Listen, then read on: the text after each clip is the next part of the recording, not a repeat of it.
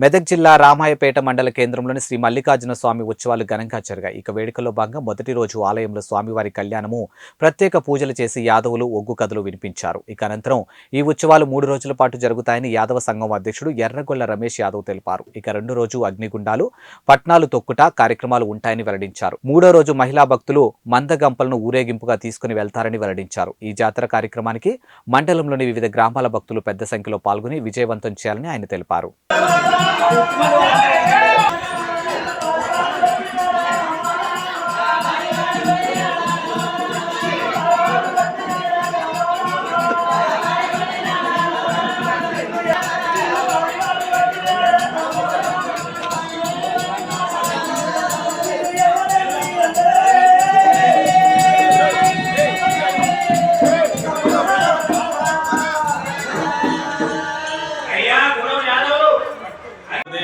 మల్లన్న ధ్యానము రామాయపేట అంగరంగ వైభవంగా యాదవ సంఘం నుంచి వారి ఎత్తున మండల వైద్యులు కాకుండా జిల్లా వైద్యుల నుంచి అధిక సంఖ్యలో పాల్గొంటున్నారు.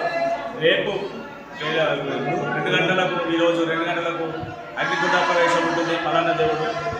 దానికి చూడడానికి చాలామంది భక్తులు వచ్చేస్తున్నారు. కాబట్టి మళ్ళీ రేపు పొద్దునాడు ఎల్లమ్మ కళ్యాణం మంగళవారం రోజున ఉదయం 11 గంటలకు చాలా అవుతుంది.